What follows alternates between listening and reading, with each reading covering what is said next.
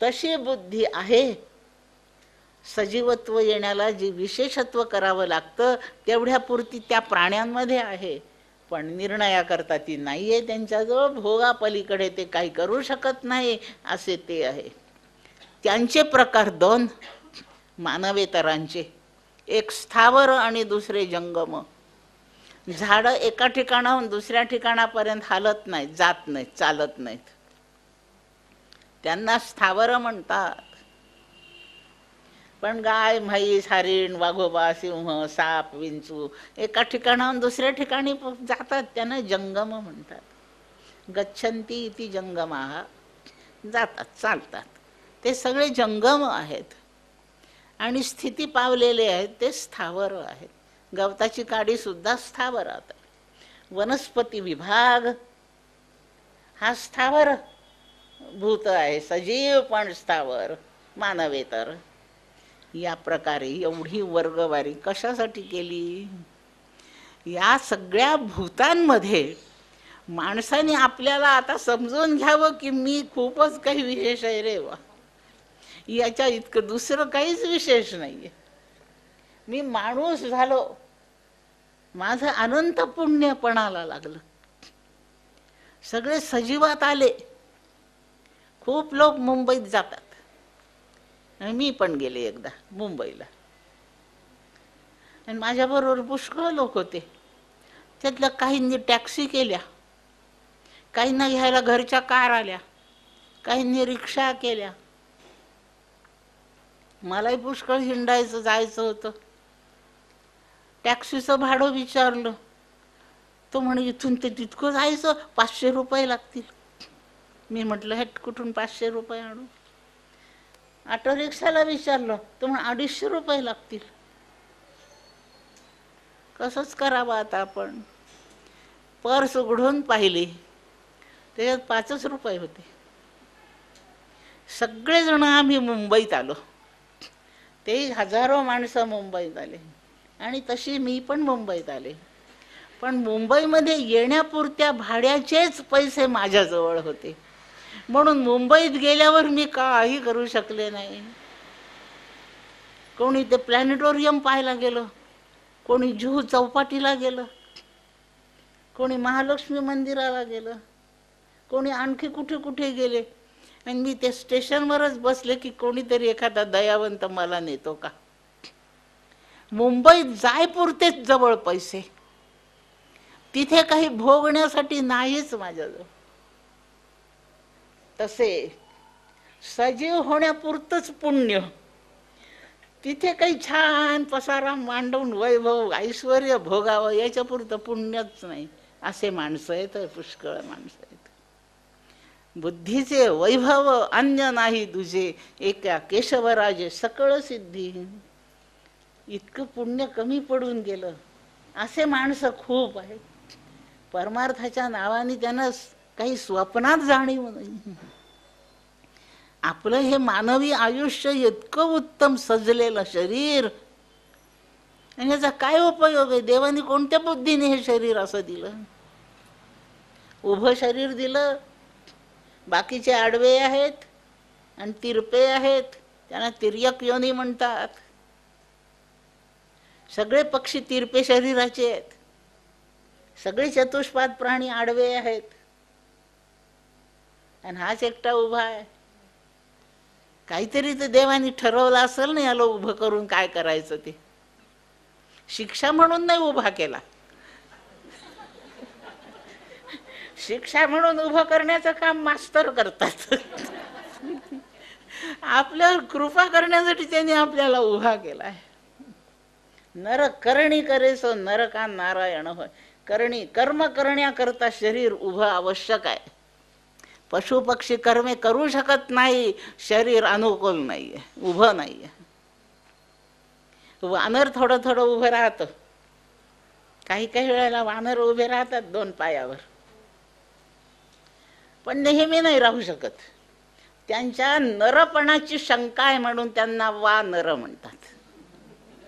वा शब्दाचा अर्थ शंका असणे, संशय किंवा. तर एक तर माणूस आहे किंवा माणूस नाही. या अर्थाने तो वा आहे. संस्कृतात वा संशय व्यक्त करण्यासाठी वापरलं जाणारं अव्यय आहे.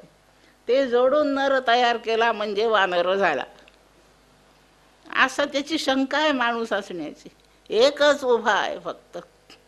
आणि आपण म्हणतो घरात लग्न कार्य यज्ञ याग काही समारंभ काही असेल, सकाळपासून खूप कामं पडतात, तर तो माणूस काय म्हणतो, मी सकाळपासून उभा आहे. म्हणजे सकाळपासून काम करतो. उभा असण्याचा संबंध कामाशी आहे, कर्माशी आहे. आणि जेव्हा कर्म थांबवायचं असतं ना, तो म्हणतो 10 तासापासून उभा आहे, आता मी आडवा होतो. काम न करण्याला आडवं म्हणतात. या भाषेचे अर्थ समजून घ्यावे.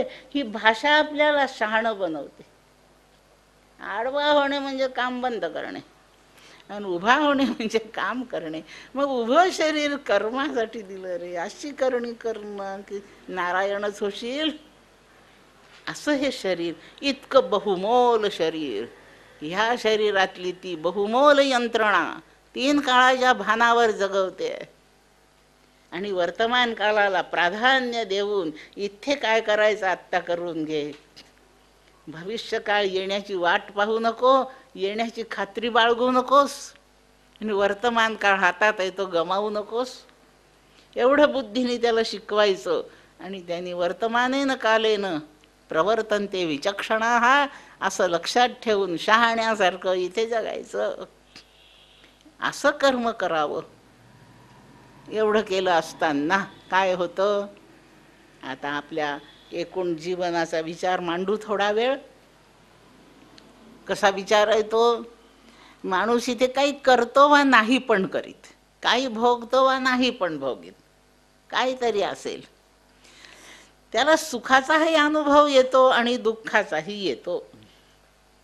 कधी कधी सुखाचा येतो ना अनुभव, आणि कधी कधी दुःखाचा येतो. जास्त अनुभव दुःखाचे येतात, किंवा कमी असले तरी दुःखाचा अनुभव तीव्रतेने जाणवतो. सुखाचे अनुभवही कमी आहेत, आणि असले तरी त्याची जाणीव त्याच्या बोथट असते. दुःखाची जाणीव अखंड फार जास्त. सुख आणि दुःख याचं कारणही असतं. काहीतरी हातून चुकलं की दुःख होतं, काहीतरी बरोबर केलं की सुख होतं, परीक्षेतले प्रश्न बरोबर सोडवले की सुख होतं, चुकीचे सोडवले की दुःख होतं. भाजी करताना तिखट मीठ घालण्यात चुकला की दुःख होतं, सगळं सावधपणे केलं तर सुख होतं. प्रवचनाला गेलो तर कसा आनंद घेऊन लोक परत जातात. 1-2 तास काय बसतात, ते हसत असतात, आनंद लुटीत असतात. घरी जाताना कितीतरी वेळा आनंद रेंगाळतच असतो, आनंद वाटतो. सिनेमाला जाऊन येतात, सामाजिक पिक्चर एखादं, तिथे बसूनही रडतच असतात, पैसे देऊन रडतात, आणि घरी जाताना डोळे पुशीतच चालतात. मारलं का तुम्हाला कोणी? नाही हो, कोण मारतं, आम्ही नाही कोणाचं खाल्लंय मारायला. मग का म्हणून असं मेलं का कोणी? तुम्ही काय रडता? म्हणजे दुःखाचा अनुभव येण्याचं जेव्हा प्रारब्ध जागं होतं, तेव्हा माणसाला हे असं पाहावं वाटतं, पैसे देऊन रडतो, दुःख भोगतो. फुकटातही नाही, पैसे देऊन रडतो. काय म्हणावं या माणसाला? माणूस म्हणावं का? ह्या प्रश्नाचं उत्तर ज्याने त्याने शोधा. याला माणूस म्हणावं का? दिवाळीचं एवढं मोठं फराळाचं केलं, सकाळी इतकं मोठं खाल्लं, आणि म्हणे आपण की नाही आता 9 वाजताच्या शोला जाऊ.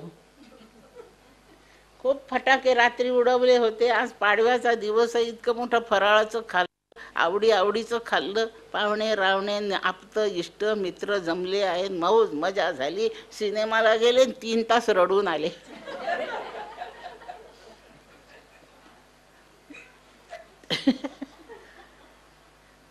आहे माणसाला प्रारब्धात दुःख आहे म्हणून तो तिथे गेला. नक्की लक्षात ठेवा, भोगाच्या प्रसंग वेळा संधी अशा असतात, आपलं ते प्रारब्ध काम करतं. इथे बुद्धीचा वापर करण्याचं सामर्थ्य जर क्षीण असेल तर माणसाचे निर्णय चुकतात. आता झालं, फराळाच्या आधीच देवाला जायला पाहिजे होतं, पण नाही, आता नंतर जाऊ, चला रे सगळेजण आपण बालाजीचं दर्शन करून येऊ, असं डोक्यात यावं. ज्यांच्या डोक्यात असं येऊन ते बालाजीला जाऊन येतात त्यांचं सुखाचं प्रारब्ध जाग आहे. आणि जे सिनेमाला जाऊन येतात त्यांचं दुःखाचं प्रारब्ध जाग झालेलं असतं. ह्या दोन्हीमध्ये या बुद्धीच्या विकासाचा परिणाम असा आहे की याला क्रियमाण स्वातंत्र्य मिळालंय, आणि हे स्वातंत्र्य बुद्धीच्या भरवशावरच मिळतं. आणि क्रियमाण स्वातंत्र्य म्हणजे आपल्या हिताची गोष्ट आपल्याला आत्ता करता आली पाहिजे, करता येते. वर्तमान काळवाचक शब्द आहे क्रियमाण हा. वर्तमान काळ माझ्या सुखाचा व्हावा म्हणजे भविष्य काळाच्या सुखाची शंका राहत नाही. याप्रमाणे वर्तमान काळामध्ये ह्या बुद्धीने निर्णय करावेत. त्रास होईल निर्णय करण्याचा, स्वतःला आवरावं. स्वतःचं मन भरकटतं आणि बुद्धीने त्याला आवरायचं. नको जाऊस सिनेमाला, खूप वाईट आहे म्हणे ते, नको ते पाहू, तू घाणेरडं पाहून नको येऊ, फजित होऊन येशील. मन म्हणतं पाहूस तर मग वाईट म्हणजे काय आहे. बुद्धी पुन्हा म्हणते नाही, असं नाही करू आपण. शेवटी बुद्धीने जास्त बळ लावावं, स्वतः विजयी व्हावं आणि मनाला हरवावं. ह्याला क्रियमाण म्हणतात. स्वातंत्र्य इथे आहे. आणि एवढं बुद्धीचं वैभव देवानी एवढ्याच शरीराला दिलं आहे. म्हणून योग्य निर्णय, अनुकूलतेकरता निर्णय घ्यावे म्हणजे सुख होतं. आणि प्रतिकूलतेचे निर्णय होतात तेव्हा दुःखाचाच सामना करावा लागतो. हे असं स्पष्ट ध्यानात ठेवलं पाहिजे. प्रारब्ध फारच वाईट असलं तर बुद्धी दुर्बळ होते आणि मन प्रबळ होतं. ज्यांच्या ठिकाणचं मन बलवान आहे त्यांचं प्रारब्ध वाईट आहे, आणि ज्यांच्या ठिकाणची बुद्धी बलवान आहे मनापेक्षा त्यांचं प्रारब्धच चांगलं आहे. मग चांगलं आहे तर आनंदाने पुढे पुढे जायचं, आणि वाईट आहे, मन प्रबळ आहे, त्यांनी प्रयत्नपूर्वक ते दुरुस्त करावं. ते दुरुस्त करण्यासाठी नरजन्म आहे, आणि दुरुस्त असेल तर अधिक पुढे जाण्यासाठीच नरजन्म आहे. नरजन्म रडत बसण्यासाठी नाही आहे. चला प्रवचनाला, आमच्या नशिबातच नाही. प्रवचनाला चल हे कुत्र्या डुकरांच्या नशिबात नसतं. माणूस जर तसंच म्हणायला लागला तर याला कोणत्या योनीत घालायचा? नाही, हे जबरदस्तीने थोडंसं फराळाचंच करायचं राहिलं. उद्या नरक चतुर्दशी आहे ना, तर आज काहीतरी तर उद्यासाठी करून ठेवलं पाहिजे. प्रवचन काय त्यांचे रोजच चालू आहेत, तर आज फराळाचं करतो. तू प्रवचन टाळून जर ते करीत बसशील, उद्या नरक चतुर्दशी आहे म्हणून आजच नरकात पडशील. त्याचं काय, तू उद्याच्या नरक चतुर्दशीला येईन ॲडव्हान्सच भोगायला लागलास. नाही, काहीतरी टाळावं. भोगाचा प्रकार थोडासा बाजूला ठेवावा, त्यागाचा प्रकार प्रथम करून घ्यावा. बुद्धी शांत आहे, काही उर्मी उठत नाही, भावना चवताळलेल्या नाही, काम अनावर झालेला नाही, क्रोध आलाच नाही. अशी कुठेतरी सुसंधी पाहावी आणि भगवद्गीतेचं पुस्तक काढून 2-4 तरी श्लोक वाचून घ्यावे. याला क्रियमाण स्वातंत्र्य अनुकूलतेसाठी वापरणे असं म्हणतात. ही अनुकूलता करून घेण्याची ताकद माणसाची आहे. एवढं सगळं माणसाने करावं. असं अनुकूलतेच्या अनुभवाला सुख म्हणतात. अनुकूल वेदनम सुखम आणि प्रतिकूल भावनम दुःखम, सर्व व्याख्याच अशी केली आहे. प्रतिकूलतेचा सामना केला की जो अनुभव येतो त्याला दुःख म्हणतात.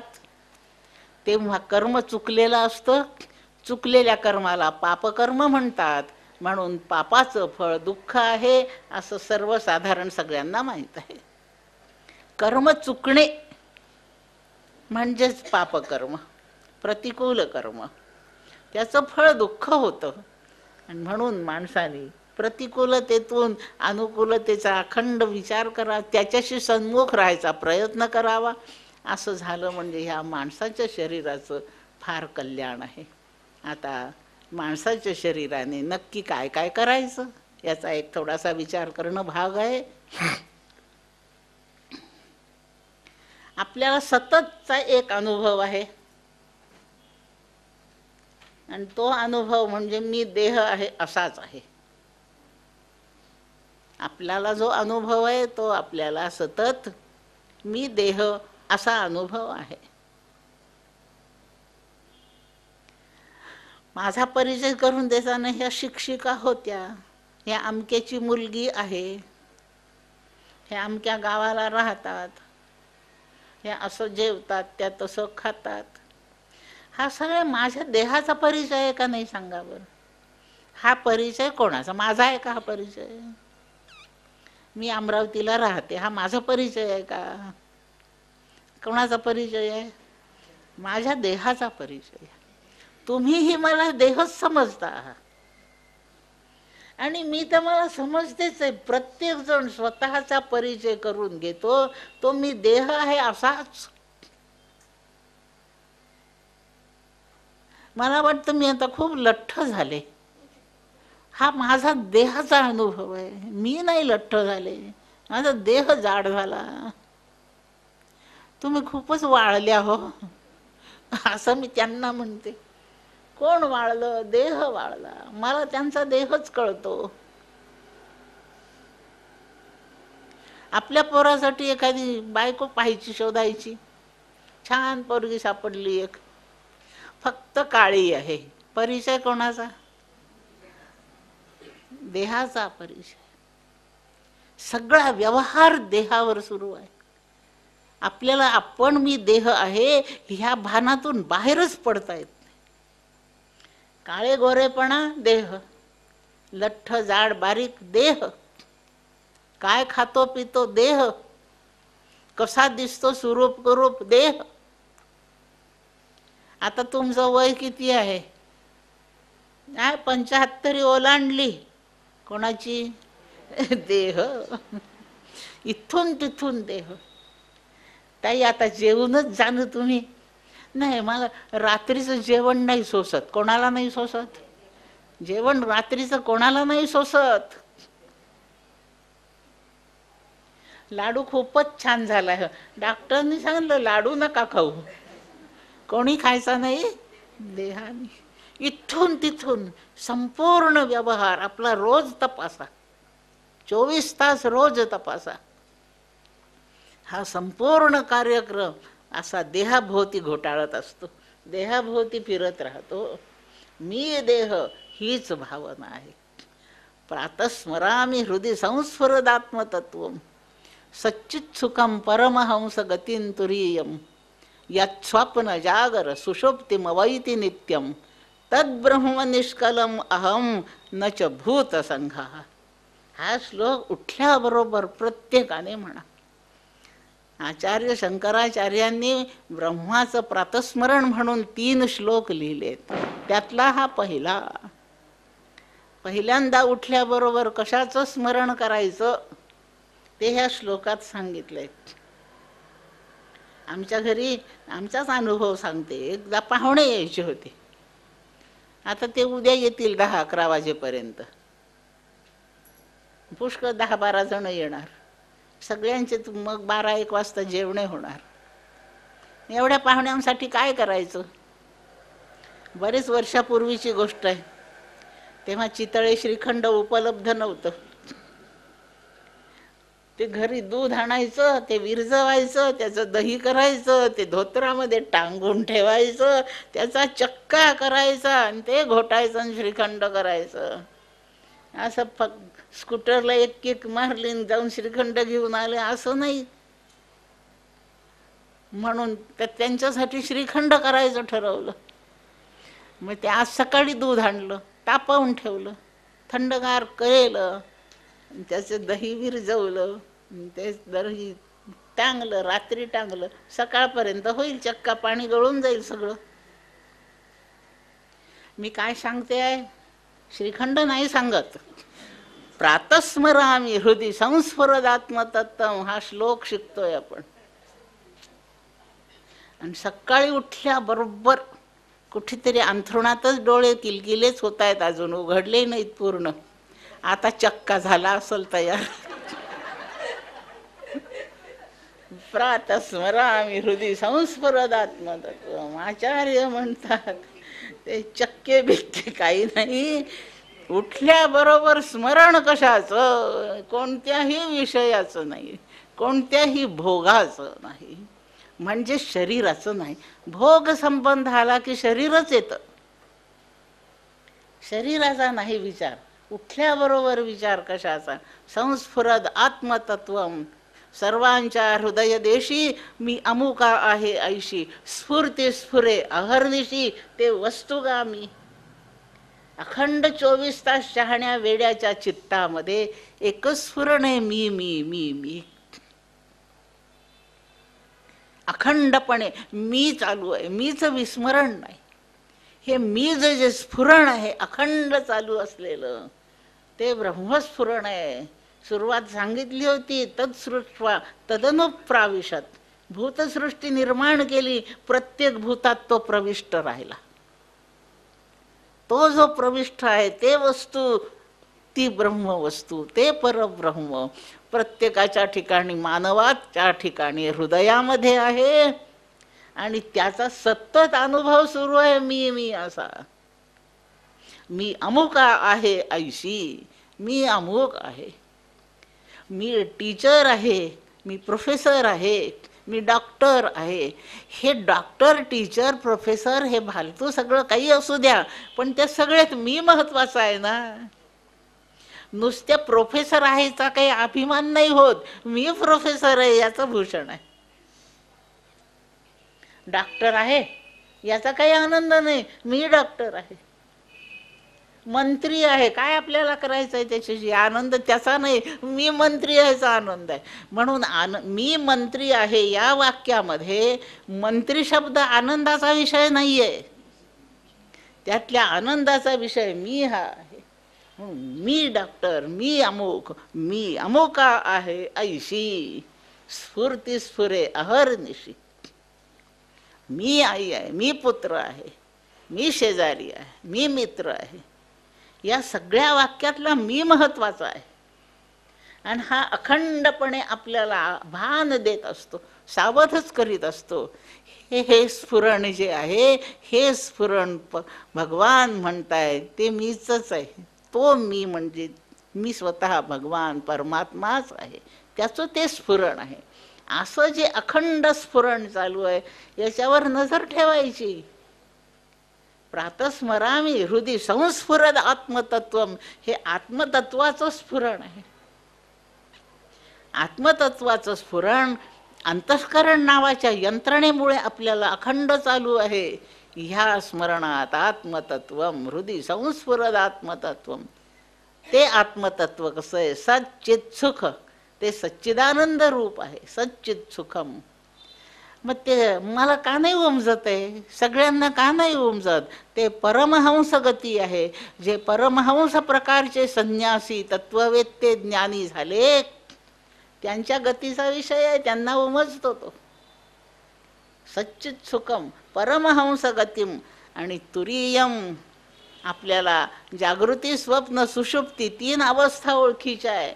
3 अवस्थातल्या आत्म्याच्या पलीकडचा तो आहे. विषय येईल तेव्हा तो सांगू आपण, आता विस्तार करीत नाही. तुरीय असा चतुर्थ प्रकारचा मी आहे. तुरीयम यत् स्वप्न जागर सुषुप्तिम अवैति नित्यम. जो स्वप्नाला जाणतो, जागृतीला जाणतो, सुषुप्तीला जाणतो. अवयती म्हणजे जाणणे. 3ही अवस्थांना जो जाणतो, 3ही अवस्थांना कोण जाणतो? मला गाढ झोप लागली होती हे कोणी जाणलं? मी स्वप्न पाहिलं हे कोणी जाणलं? मी आत्ता जागा बोलतो आहे कोण जाणतंय? तीनही अवस्थांना जो जाणतो आणि याच्या पलीकडे राहतो. जाणणारा नेहमी पलीकडे आहे असा असणारा जो परमात्मा तद्ब्रह्म, तोच परमात्मा ब्रह्म आहे, सर्वव्यापी ब्रह्म. तद्ब्रह्म निष्कलम, अवयव नसलेलं, निर्वयव असलेलं, म्हणून नित्य असलेलं जे ब्रह्म, तद्ब्रह्म निष्कलम अहम, ते मी आहे. मी ब्रह्म आहे. आणि मग आत्ता काय वाटतं आहे? मी देह आहे वाटतं. नच भूत संघा, पंचमहाभूतांनी बनलेलं शरीर मी नाही, तर मी ते ब्रह्मतत्व आहे. असं पहाटे उठल्याबरोबर पहिल्यांदा ब्रह्मस्मरण करावं. झाला का चहा, असा पहिला प्रश्न असतो काहींचा. पहिला प्रश्न, झाला का चहा? कोणाचं कालचं काम होतं ते आता उठल्याबरोबर ते काम वाढून ठेवलेलंच आहे माझ्यासाठी, असं त्याची सुरुवात होते. उठायला उशीर झाला, रात्री फारच बोलत बसले ते लोक, झोपायला उशीर झाला, आज उठायला उशीर झाला, आता शाळेला उशीर होईल, आता हेडमास्तर रागवतील, याचं स्मरण झालं. नाही, प्रातस्मरामी काय, अहम ब्रह्म नच भूत संघा, मी देह नाही, असं स्मरण करावं. मुद्दा चाललाय, हे स्मरण करावं. मनुष्य जन्मानी मी ब्रह्म आहे एवढं ओळखून घ्यावं. आपण आहेच आहे, ओळखीत नाही. ब्रह्म व्हायचं बेचं काही नाही आपल्याला, आपण आहेच. पण आपण आहे हे आपण ओळखीत नाही, जाणीत नाही, आपल्याला ते आठवत नाही. याची आठवण करून घ्यायची, हे समजवून घ्यायचं की मी तेच आहे, एवढं करून घेणे. जीवनात याच्यापेक्षा माणसाला काहीही करणीय नाही. तो दुसरं जे जे करतो, दुसऱ्या दुसऱ्या देहात आधी खूप जन्मलेला आहे ना, तो पुष्कळ योनी फिरलाय, त्याच्या आठवणीने तो असा असा जगतो. उगीच दातोट खातो कोणावर तरी, उगीच डोळे बटारतो. ते वाघोबाचं सापाचं त्याला आठवतं मधून मधून. उगीच चावतो कोणाला तरी बोचकारतो. तू कधीतरी अस्वल होता, कधीतरी वाघ होता, उगीच डोळे असे करून पाहतो, कधीतरी म्हैस होता. असं कसं तरी पाहिजे. रोज आपणच उठा, स्वयंपाक करा आणि आपणच खा, असं नाही. कसं आई इथं समोर पाहिजे. कधीतरी पाल होता, दिव्याच्या जवळ जाऊन बसलं की किडा हळूच येतो, मी फक्त अप्प करायचं की आई तर समोर वाढलेलं ते आठवतं मधून मधून. आणि असं मधून मधून आठवतं, इतके जन्म फिरून आला.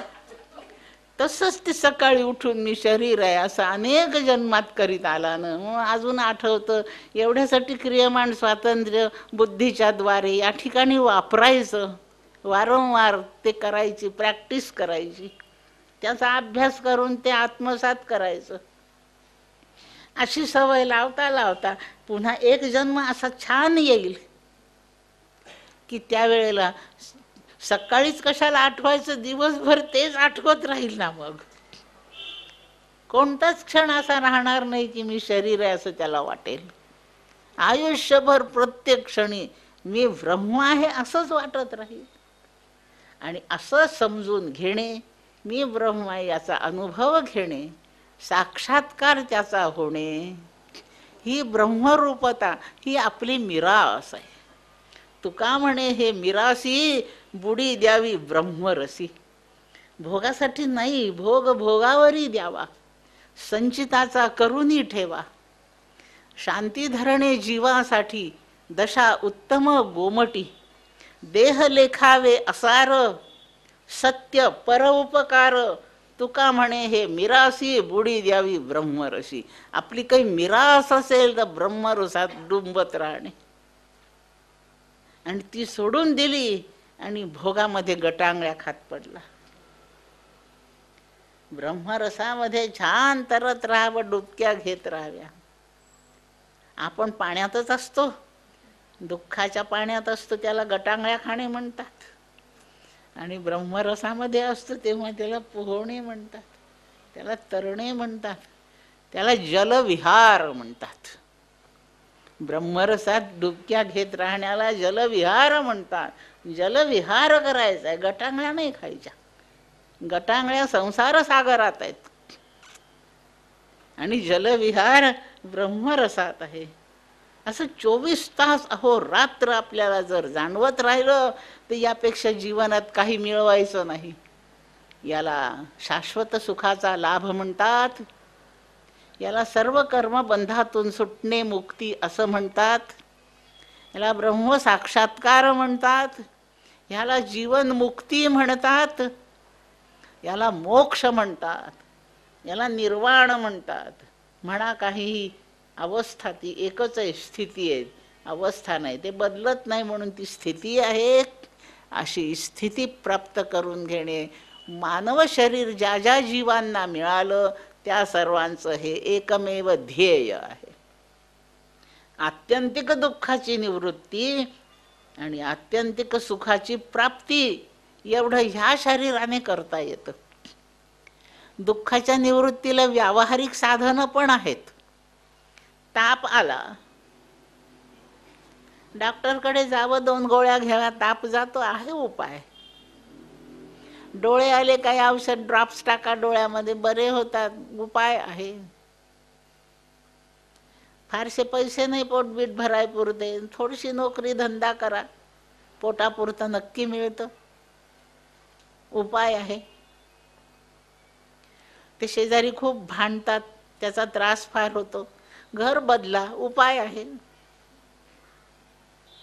घरात कोणाशी पटत नाही, घर सोडून निघून जा एकटे कुठे, उपाय आहे. हे व्यावहारिक उपाय आहेत. पण प्रश्न उत्पन्न पुन्हा होतो, व्यवहारात जर दुःखातून सुटण्याचे उपाय आहेत तर एवढं हे मोक्ष मोक्षन ब्रह्म ब्रह्म परमार्थन कशासाठी करायचा? आहे ना इथे उपाय. याने पुन्हा दुखणं येतच हो. आत्ता ताप गेला त्या 2 गोळ्यांनी, कसं वाटतंय आता? ताप गेला आता, पण कालपासून गुडघेच फार दुखायला लागले. म्हणजे ते आगीतून निघतून फुफाट्यात पडतो. म्हणजे इथले दुःख संपत नाही. ते दुःख कदाचित संपतं, पण ते दुसऱ्याला खो देऊन उठतंय असं लक्षात ठेवा. सारखं दुःख सुरू राहतं.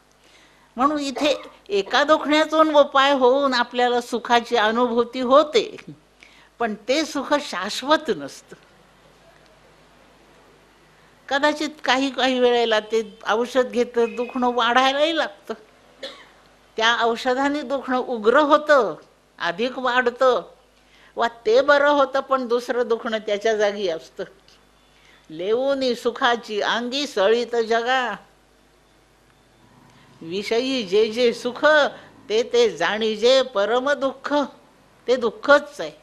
लेऊन सुखाची अंगी लेऊन ते सळीत जगा. त्याला सुखाचा अंगरखा असतो पण आतमध्ये दुःखच असतं. ते असं दुःख इथलं संपत नाही. इथे सुखाची अनुभूती आहे, पण दुःखाचीच अनुभूती अखंड त्याच्या सोबतीने चालते. हे जुळ्याचं दुखणं आहे. आपल्या शरीराचे हातपाय घेऊनच आपण कुठे कुठे चालत जातो. हात घरी ठेवले आणि मीच फक्त गेले असं जमत नाही. डोकं कुठेतरी ठेवून जाता येतं, पण हातपाय ठेवून नाही जाता येत. हे घेऊनच चालावं लागतं. तसं नुसतं सुख नाही, दुःखासहच ते. दृष्टांत सांगितलेला ऐकला असेल पुष्कळांनी. शेंगदाणे खायला मला फार आवडतात, शेंगदाणे झाडाला लागतात, पण ते बेटे नुसते दाणे नाही लागत झाडाला. आता कसं करायचं? त्याला ते वर टरफल शेंग असते, शेंगेला ते टरफल आणि त्याच्या आत तो दाणा. अहो मला दाणे पाहिजे, हे टरफल काय देता? अहो ताई याच्याशिवाय दाणे नसतात. मला सुख पाहिजे, या विषयांच्या ठिकाणी टरफलासह सुख आहे. त्यात फेकून देण्यासारखं काहीतरी आहे, त्याच्यासह दाणा आहे. नुसता दाणा मिळत नाही, झाडाला लागत नाही. कदाचित आताचे विज्ञानवादी काढतील उद्या, तर माहीत नाही, आज नाही. दाणा हा शेंगेच्या टरफलासह येतो. तसं विषयातून येणारं सुख दुःखाच्या सह येतं. नुसतं सुख इथं येत नाही आणि ते कायम टिकत नाही. आपल्याला मुलगा झाला, इतका आनंद विचारता सोय नाही. काय थाट केला बारशाचा. 3-4 वर्षाचं पोरगं घरात धावतंय, खेळतंय, काय आनंदाला पारावार नाही. स्वर्ग 2 बोटं नाही, आता 1च बोट आहे. एवढा आनंदी आनंद चालला. पोरग शाळेत जायला लागलं, काय कौतुक. पूजाराव देतो, पण पोराला शाळेत पोचवायला जातो, त्याला घ्यायला काय जातो. त्याचे काय काय कौतुक जगाला सांगत हिंडतो. ते 10वी पास झालं, मोठा सत्यनारायण केला, खूप पेढे वाटले. गोल्ड मेडलिस्ट आहे तो, पहिला आलाय सगळ्या ह्याच्यामध्ये. खूप आनंदी आनंद. वा वा. मी म्हटलं खूप कौतुक केलं, छान पास झालं हो. तेव्हा त्या पोराची आई काय म्हणते, 10वीत जो फर्स्ट आला सगळ्या दुनियेमध्ये, त्याची आई म्हणते आता 10वीचं काय 12वीत असं झालं पाहिजे. म्हणजे तिला 10वीच्या त्या निर्णयाचा जेवढा आनंद व्हावा तेवढा झाला नाही. 12वीची फिकीर त्याच्यात डोकावते, लक्षात ठेवा.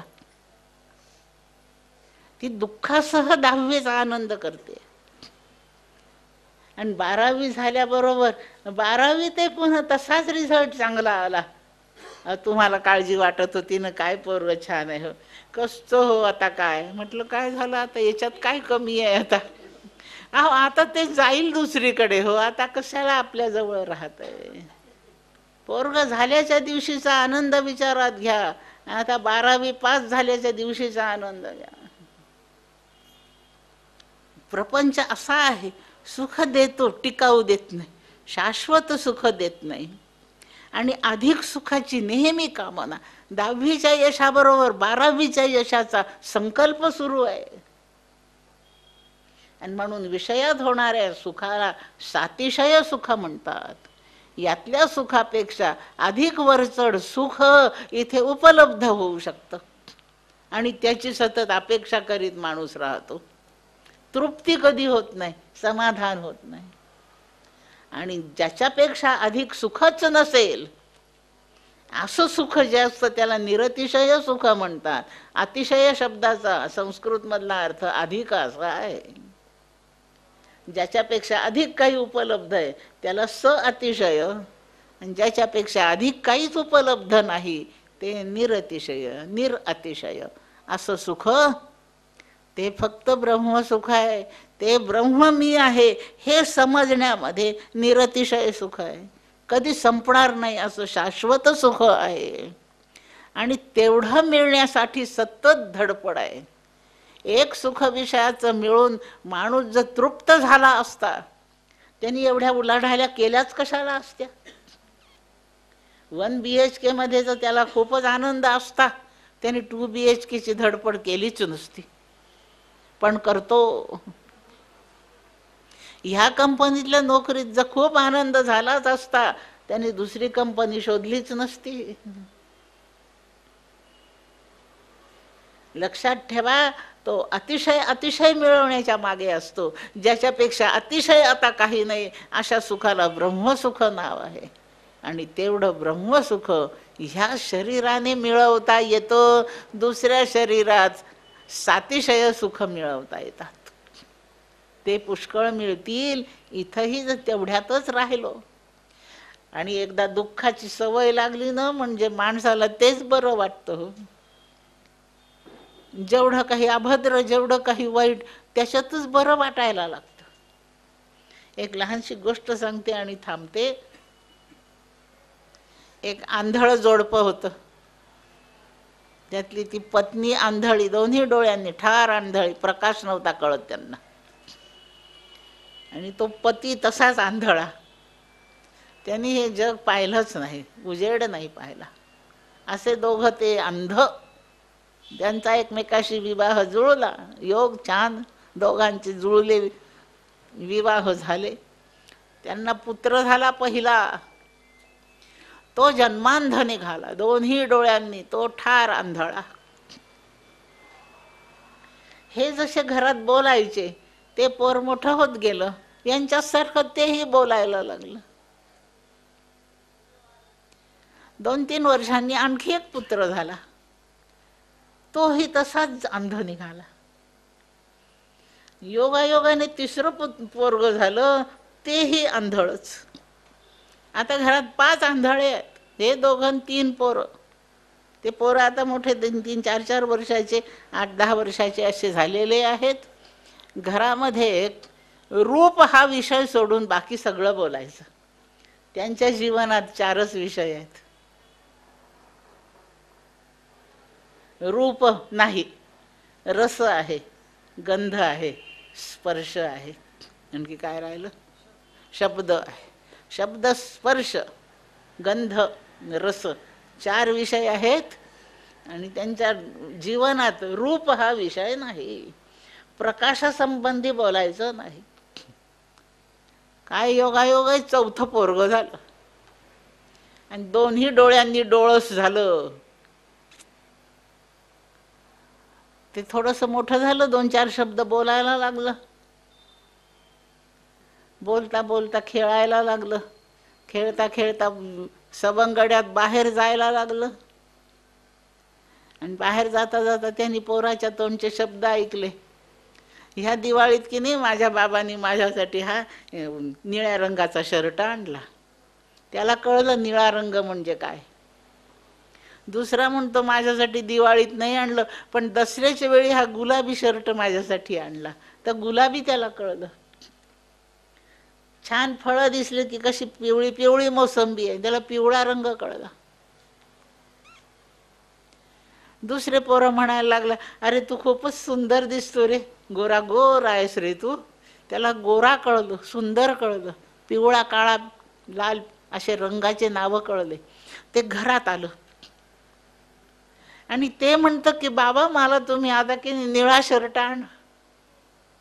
बाप म्हणतो हे काय वेड्यासारखं बोलतंय, हे निळा म्हणजे काय? अरे तू निळा म्हणजे काय म्हणतो रे, वेड बेड तर नाही ना लागलं, निळा काय म्हणतो? बाबा त्या बंडूचा शर्ट निळा आहे आणि त्या गुंड्याचा शर्ट पोपटी गुलाबी काही काही आहे. बाबा मला तसेच शर्ट आणायचे. आई आणि बाप एकांतात बसले. हे आपलं पोरग जन्माबरोबर वेड निघालंय. हे काय असं म्हणते, काळा पिवळा हिरवा निळा गुलाबी, हे काय म्हणतो गोरा काळा, बरं नाहीये हे असं काय बोलतं. आणि म्हणून डॉक्टरकडे नेलं आणि डॉक्टरला म्हणाले हे असंच बरळतं हो, आमचे 3 पोरं असं काही बोलत नाहीत, आम्ही हे कधी बोललो नाही, पण हे आता असंच बोलायला लागलं. बाहेर दोस्तात जाऊन येतो रोज काही काही बोलतं. हे असं का बोलतं हे पोर? याच्या डोळ्यात काही दोष आहे का, याच्या डोक्यात काही दोष आहे का? हे डॉक्टर नीट तपासा, याच्यावर उपचार करा. ही अशी भाषा आम्हाला आमच्या घरात नाही ऐकवत. म्हणजे निर्दोषपणा हा दोष वाटायला लागतो. दोषाची खूप सवय झाली म्हणजे माणसाला दोषच बरे वाटायला लागतात. या माणसाला या दुःखमय प्रपंचाची इतकी सवय झाली की याला आता प्रपंचच बरा वाटतो.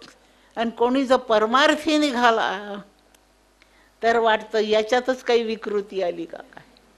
अशी ह्या माणसाला प्रपंचाची सवय जडली आहे हो. एका जन्माची नाही, जन्मोजन्मीची जडली आहे. ह्या सवयीतून बाहेर पडावं. आता त्या डॉक्टरनी सांगितलं, अहो तुम्ही भाग्यवान आहे, तुमच्या जगात 4 विषय आहेत, याच्या जगात 5ही विषय आहेत. तुमच्या पूर्ण कुळाचा उद्धार करील हे पोर, हे सांगेल तसं तसं आता तुम्ही तुम्हाला सुधरवा, ह्याच्यात काहीही दोष नाही.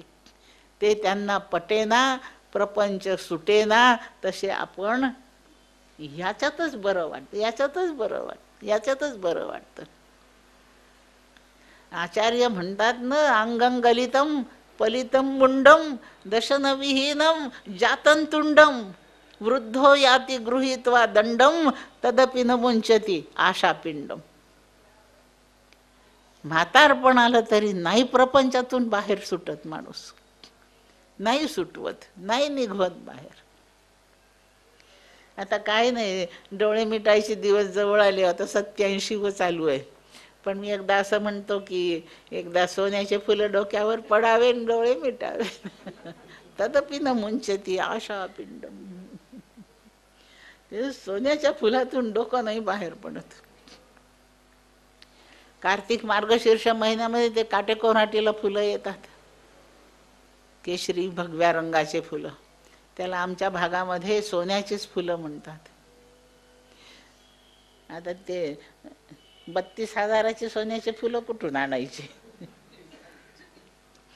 त्या काटेकोराटीचे 2-4 फुलं आणले की सोन्याचे फुलं. सोन्यातून लक्ष निघत नाही. एक जन्म मिळेल त्यावेळेला सोनाराच्या इथे आपला जन्म होईल, सोन्याशी संबंध येईल. तेवढं पुण्य कमी पडलं सोनाऱ्या इतकं भाग्यवान इस्टेट होण्याचं, तर सोनाराच्या घडी ठोक करण्याला तरी जाऊ आपण. त्याच्याकडे मिळेल नोकरी, तो तरी जन्म मिळेल, पण सोन्याशी संबंध येईल. तिकडून काही नाही आला तर कुठेतरी सोन्याची चोरी करायला तरी जाऊ, सोन्याशी संबंध येईल. काही संकल्प नाही, कशाची आशा नाही. हे आशापिंड सोडूनच दिला पाहिजे. तदपि न मुंचती आशापिंडम. माणसाने याच्यातून थोडं बाहेर पडावं.